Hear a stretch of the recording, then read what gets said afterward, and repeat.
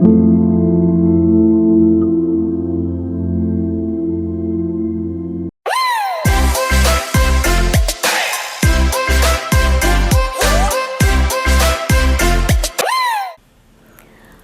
വിശ്വസിക്കുന്ന ഏവനും നശിച്ചു പോകാതെ നിത്യജീവൻ പ്രാപിക്കുന്നതിന് വേണ്ടി തൻ്റെ ഏകജാതനെ നൽകുവാൻ തക്കവിധം ദൈവം ലോകത്തെ അത്രമാത്രം സ്നേഹിച്ചു.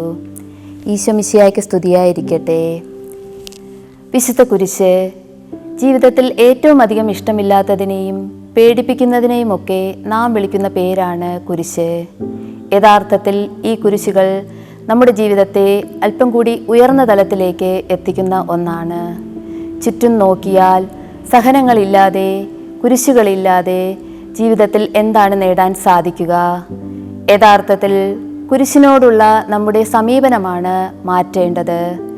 വേദനയാകുന്ന കുരിശുകൾ സന്തോഷപൂർവ്വം നമുക്ക് സ്വീകരിക്കുവാനായാൽ അത് നമ്മുടെ ജീവിതത്തിൽ വലിയ കാര്യങ്ങൾ നേടാൻ നമ്മെ പ്രാപ്തരാക്കും.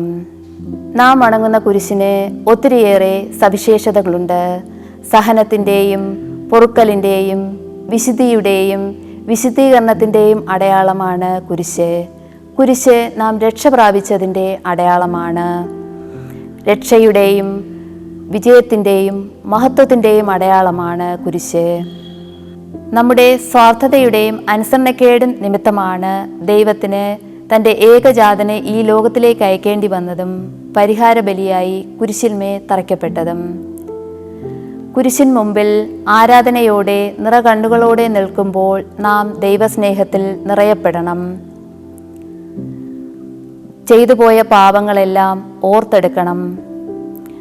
അത് നിരാശയിലേക്കല്ല, മറിച്ച് അനുതാപത്തിലേക്കും ദൈവം നൽകുന്ന പാപപൊറുതിയിലേക്കും നയിക്കണം.